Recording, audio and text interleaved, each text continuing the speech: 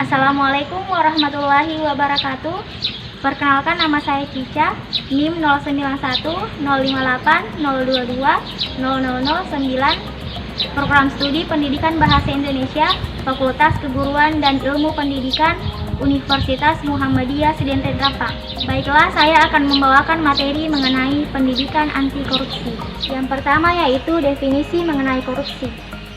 Arti kata korupsi secara harfiah adalah kebusukan, keburukan, kebejatan, ketidakjujuran, dapat disuap, tidak bermoral, dan penyimpangan dari kesucian.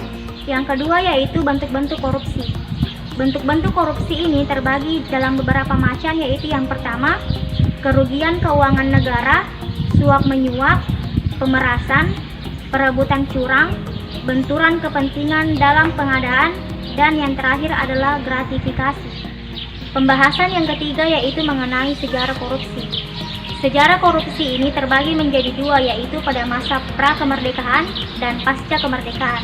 Nah, pada masa pra-kemerdekaan terbagi menjadi dua, yaitu pada masa pemerintahan kerajaan dan pada masa pemerintahan kolonial Belanda. Sedangkan pada masa pasca kemerdekaan terbagi menjadi tiga, yaitu yang pertama Orde Lama, Orde Baru, dan pada masa reformasi. Sekarang kita melangkah pada bab 2.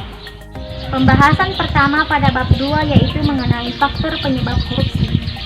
Secara umum, faktor penyebab korupsi dapat terjadi karena faktor politik, hukum, ekonomi, sebagaimana dalam buku yang berjudul Peran Parlemen dalam Membasmi Korupsi yang diterbitkan pada tahun 2000 yang mengidentifikasi 4 faktor penyebab korupsi, yaitu yang pertama faktor politik, faktor hukum, faktor ekonomi, dan birokrasi, serta faktor transnasional. Pembahasan yang kedua yaitu mengenai penyebab korupsi dalam perspektif teoritis. Kultural determinisme sering dipakai sebagai acuan ketika mempelajari penyebab terjadinya korupsi. Sebagaimana ungkapan Fiona Robeston pada tahun 1999 bahwa penjelasan kultural praktik korupsi di Indonesia dihubungkan dengan bukti-bukti kebiasaan-kebiasaan kuno orang Jawa. Padahal, bila menurut perilaku korup pada dasarnya merupakan sebuah fenomena sosiologis yang memiliki implikasi-implikasi ekonomi dan politik yang terikat dengan jabatan beberapa teori.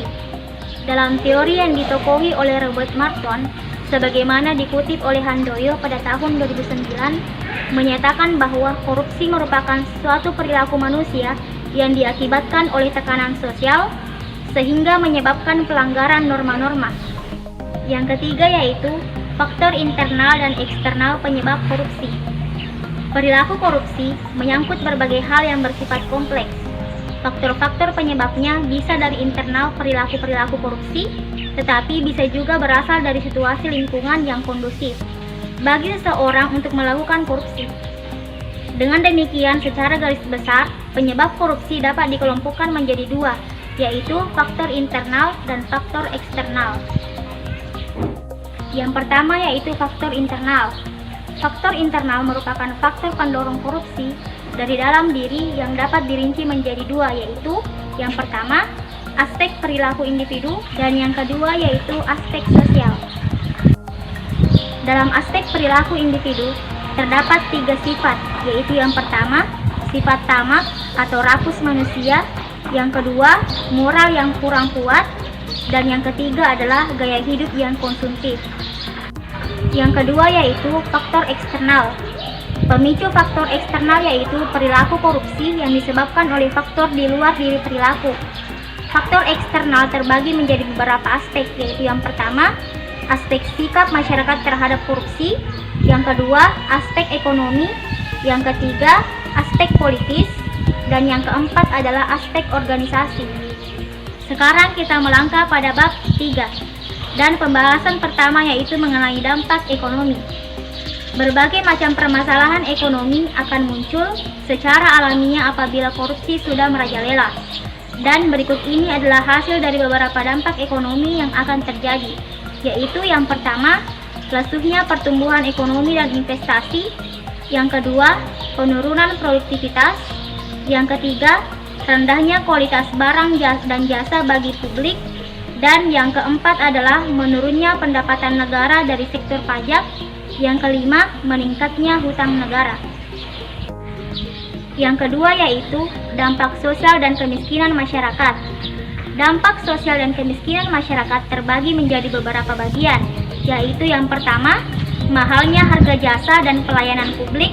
Yang kedua, pengentasan kemiskinan berjalan lambat. Yang ketiga, terbatasnya akses bagi masyarakat miskin. Yang keempat, meningkatnya angka kriminalisasi. Dan yang terakhir adalah solidaritas sosial semakin langka dan demoralisasi.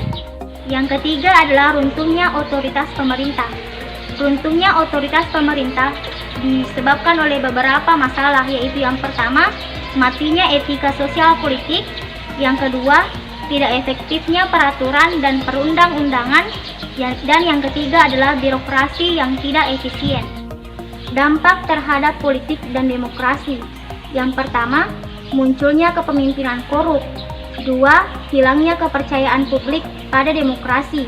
Yang ketiga, menguatnya plurokrasi. Dan yang keempat, hancurnya kedaulatan rakyat.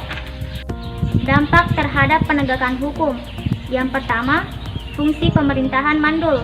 Yang kedua, hilangnya kepercayaan rakyat terhadap lembaga negara. Selanjutnya yaitu dampak terhadap pertahanan dan keamanan. Sekarang kita melangkah ke bab 4, yaitu membahas mengenai nilai-nilai dan prinsip anti korupsi.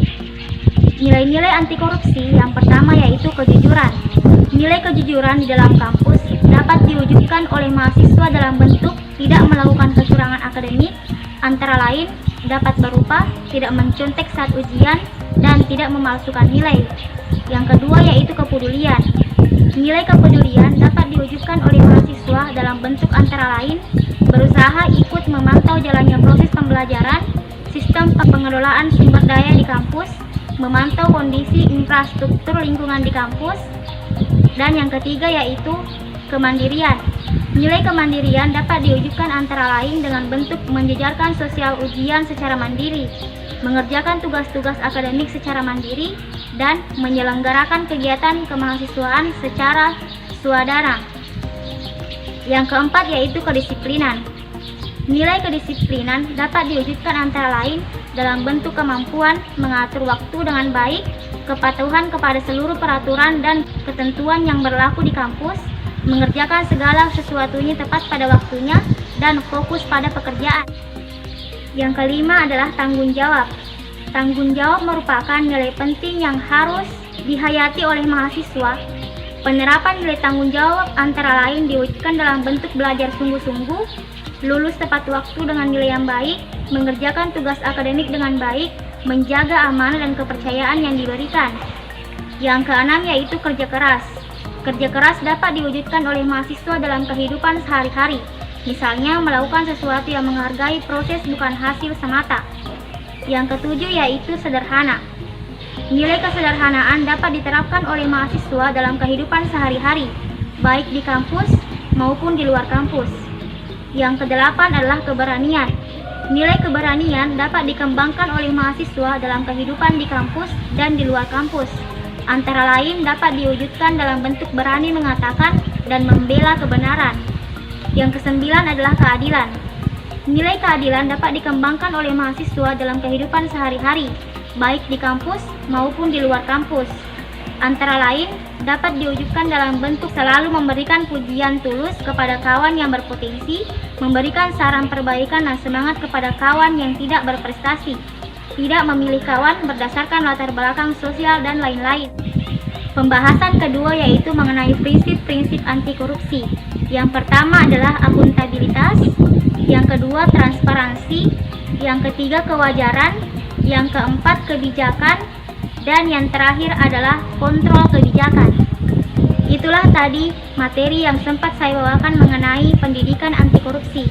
Akhir kata, billahi fisabilil haq, fastabiqul khairat. Assalamualaikum warahmatullahi wabarakatuh.